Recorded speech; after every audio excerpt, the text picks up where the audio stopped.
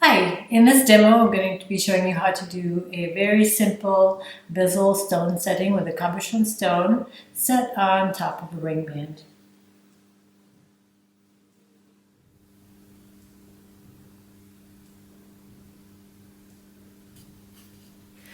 Okay, for the bezel stone setting, we'll be using a cabochon cut stone. It's flat on the bottom and curved or domed on the top. I'd like to start out with either an oval or a round stone. That's the easiest one for beginners. But you can also see that each stone cut has a different height. This one's a little lower and the red one's a little bit higher. This is going to determine which height of bezel wire that we'll be using, and this comes in numerous heights and thicknesses. This is a pure silver, so fine silver, and it's very malleable even without soldering, which will work well when we actually set the stone. You can see different examples of stone heights. I like using translucent, transparent quartz because you can set objects or text underneath them and they magnify because of the shape of the cut of the stone. These are pretty high cut stones, but you can see the height of the bezel only needs to be right above where the curve of the stone begins.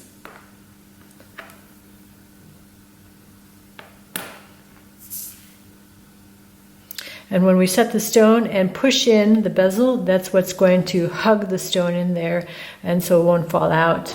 It needs to be low enough so that it exposes the majority of the stone, but just high enough to hold it in and securely.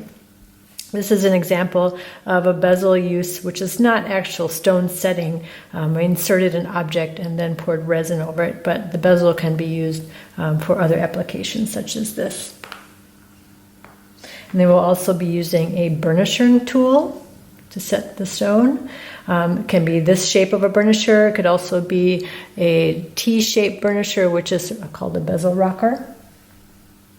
So let's get started. I've determined to use this lower bezel wire for the shape of this stone. Okay, and this is in millimeters, 3 millimeters in height. Just going to start to bend it around the base of the stone, which will be the widest part of the stone.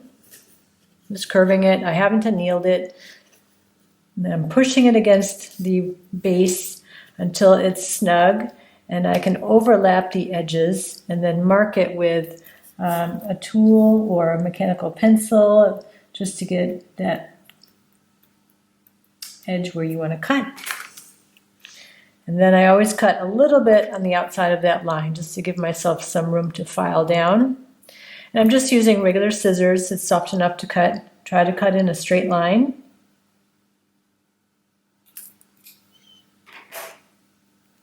Okay. And when you pinch with the scissors, you might need to flatten out that edge with some flat pliers. And then you're going to take a fine file and file those cut ends so that they're very perpendicular and straight.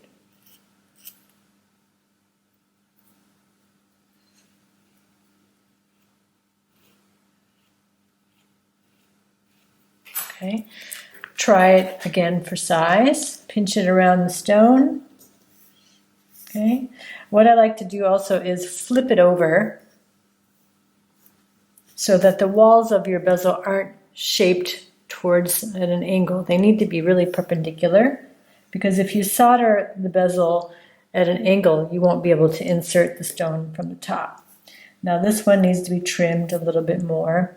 It's better to slowly trim down to the right size rather than cut it too short. If you cut it too short, it can sometimes be stretched just a little bit. But if you cut it way too short, you might have to begin with a new piece of bezel wire.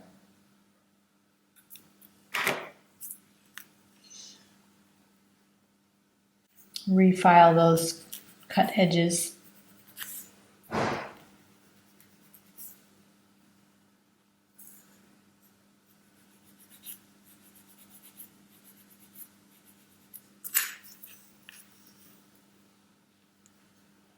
Okay, that looks like it will be good. So then I want to pinch it together, just as if I'm going to solder a ring band, which I've already done here. If you have some flat pliers, you can squeeze those tips a little bit closer together and then pinch under and over to get a tension so that they're very snug and ready to solder. Okay, to solder the bezel, you'll need a little bit of hard solder, just a couple millimeters of a piece of wire. And I'm putting some flux on the solder, which when you melt it into a granule will help it shape and congeal. Now you want to start hanging above it, slowly turn on your air to an oxidizing flame, and it immediately melts into a little ball. Then to this you want to add flux again. And I have my bezel wire pushed together, nice and snug. Okay, I'm not worried that it's not the right shape yet. I just want to solder those two ends together. I'm going to put some flux on there. Okay, and this is just like soldering a ring band, but you have to be very careful because of the delicate nature and the high risk of melting the silver, because it's pure silver. So I'm going to use a very small, weak flame. Still a neutral flame, but I need to really keep an eye on the color of the metal and make sure it doesn't get bright orange, because it may melt in an instant. And I have the granule right below the seam.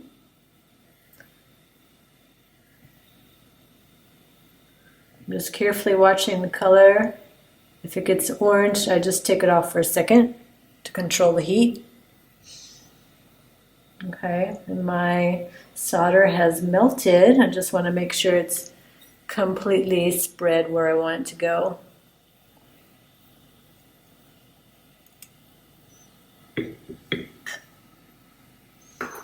Okay. Then you can quench it. Okay, now you're ready to shape the bezel. It's been soldered. It doesn't even really need to be pickled because it doesn't get dirty. If you have any excess solder, make sure that you file that off, especially if it's on the inside, because you don't want to have a little bump on the edge of your bezel. I can start out just with pushing it on the stone to get the general shape. Okay, look at it from the back, the base, the flat area is where it's the widest, and it looks like it's a perfect fit. You shouldn't see any gaps or spaces, and you also shouldn't have to force the stone into the bezel, because if you have to force it in now, you might have trouble actually setting it. Okay, it should slip right in there and not have to be forced.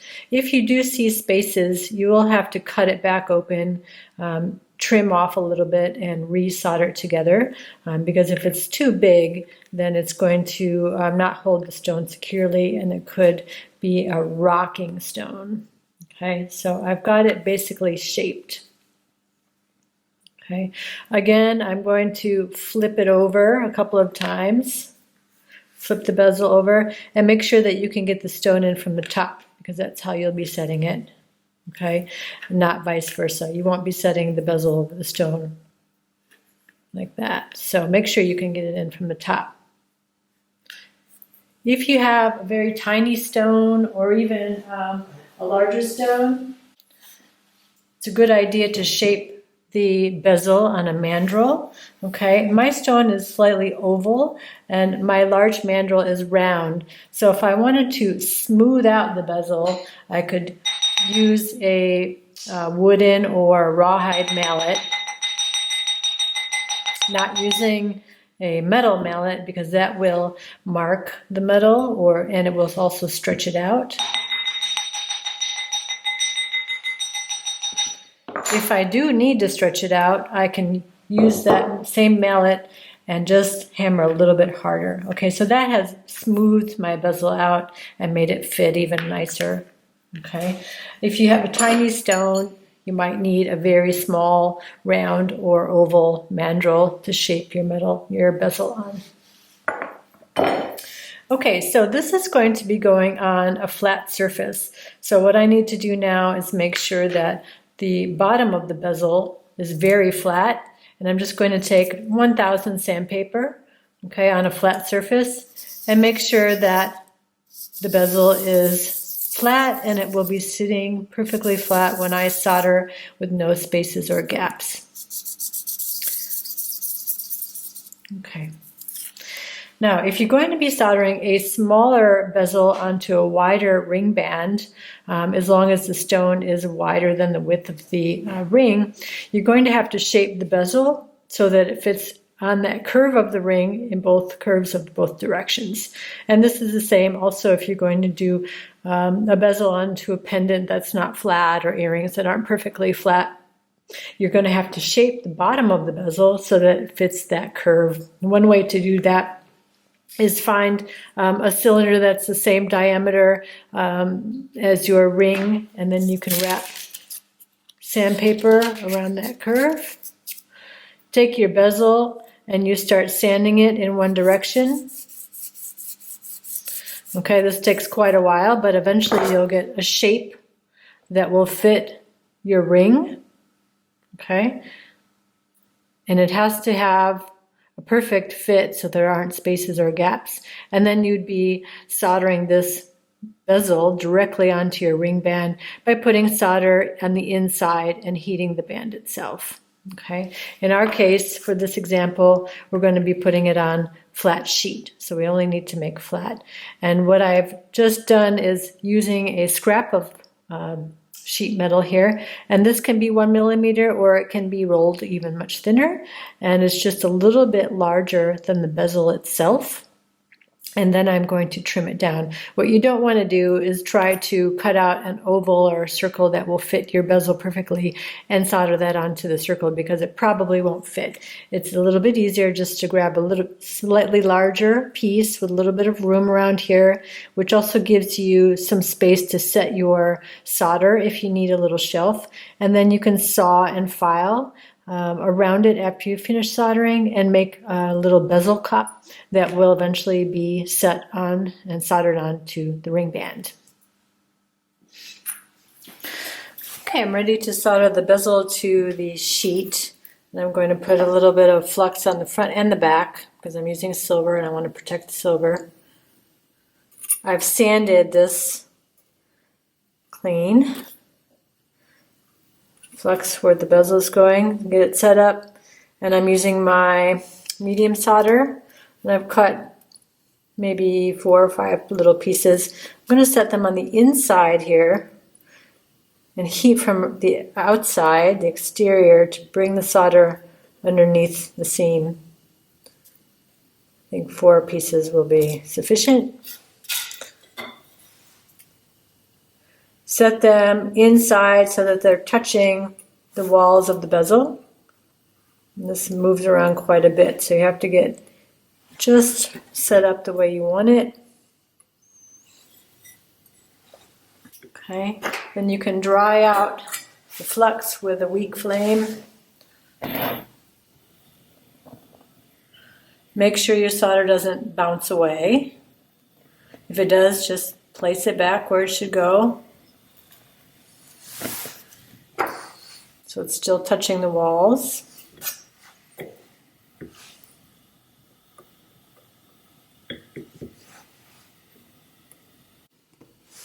I want to remember to try to heat the base, which is more of a mass metal, which takes longer to heat, and try not to heat the bezel itself. So I can go straight down to the center, and I can also go around the edges, around the perimeter, and pull the solder out with the heat. And if I'm lucky, it should come all the way around the base of the bezel from the outside. And there it goes.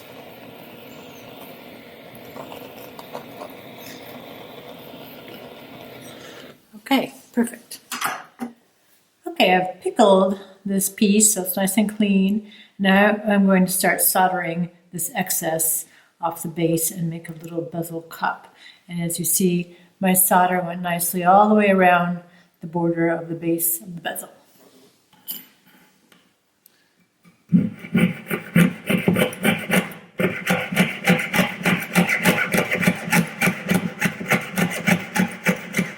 You want to saw just on the outside of it and give you enough room to file the edge without damaging the bezel itself.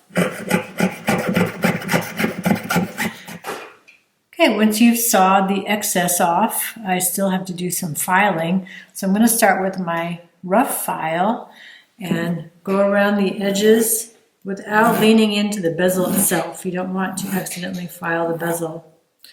But get that mostly smoothed out. Okay, and then after I go all the way around, I can finish it off with the fine file. And I can make that seam flush, and you can even make the edges disappear.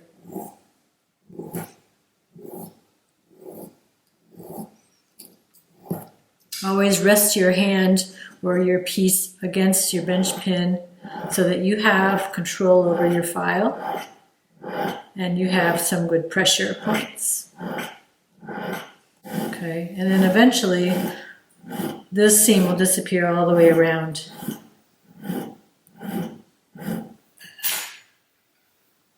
Unless, of course, you want to keep a border, and that's also an option. Just make it consistent and even all the way around. Okay, now I have my bezel cut prepared. It's nice and smooth. I haven't thinned out the bezel itself too much, but I have sanded the bottom here and sanded my ring, pre-sanded it, because once I solder this together, it would be more difficult to get in those areas to sand. Now would be the time to check the height of the bezel, make sure it's not too tall. And you have to just look at the profile of your stone with the bezel next to it. And remember, you have the 1 millimeter or thinner sheet stone just above the height of the base of your bezel cup. And just check to make sure it's not too high. If it is at this point, this is where you can sand it down a little bit on a flat surface. I'm ready to solder the bezel cup onto the ring. Okay, I've set my ring band on the back of the bezel here with the third arm, and I put a piece of solder on each side of the ring band, and I'm using the easy solder because we've already used the hard and the medium. And take some time setting this up, making sure it's centered and it's even and it's not leaning to one side. And I've also got the seam of the ring band here at the bottom so that the bezel cup will cover that seam from the top of the ring. And I've got flux everywhere, and I just need to heat everywhere the piece so that it becomes hot equally in all spots where the solder needs to flow. There, the solder is going right underneath the band where it needs to go. And if I want, I can take my tweezers and just make sure that connection is real smooth.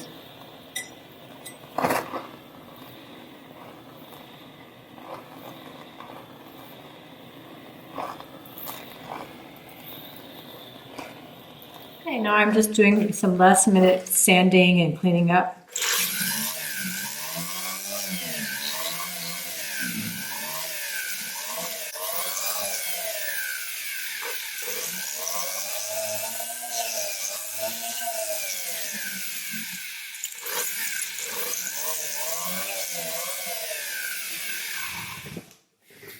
Okay, now I'm ready to set the stone. I'm a big fan of the magnetic tumbler, so I've tumbled this first. Okay, if you don't have one of these, you can simply hold it in your hand or in a vise, protected so that it doesn't get scratched. And then I'm going to hopefully put my stone right in there.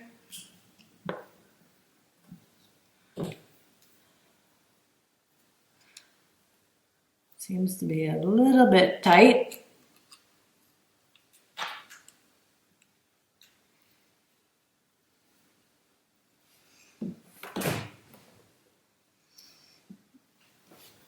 I can gently push on it with wood or against wood, which I'm doing here at the edge of my bench.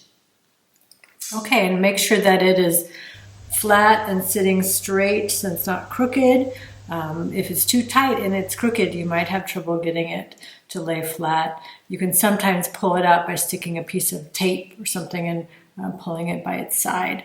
Now I can take the burnisher, the rounded part of the burnisher, and start rolling in from the base of the bezel, curving it, and doing opposite sides. I like to use my other thumb to hold it down so it doesn't pop out. And then you're just going around crimping the bezel up and even pressing on it so that it actually thins out a little bit as it's curving up around.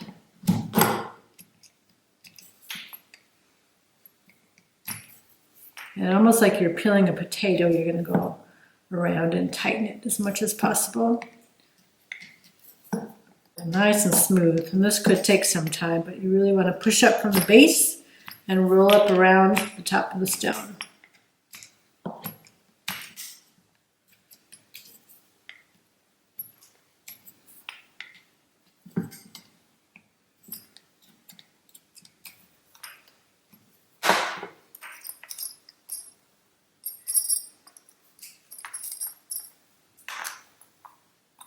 Okay.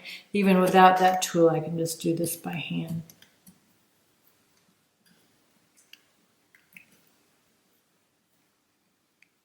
The more you burnish, the tighter the bezel will become. And then if you like, this can be polished on a polishing wheel or hand polished with a cloth.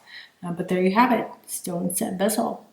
Now if you do have trouble getting your bezel tight, I can show you another method which will help you press it together if you're unable to do it with the burnisher.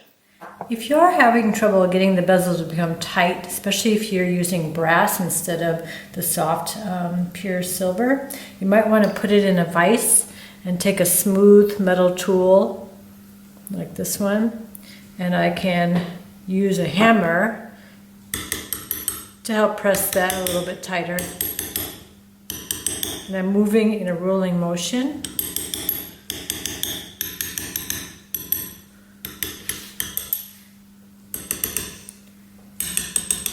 All the way around to get it smooth.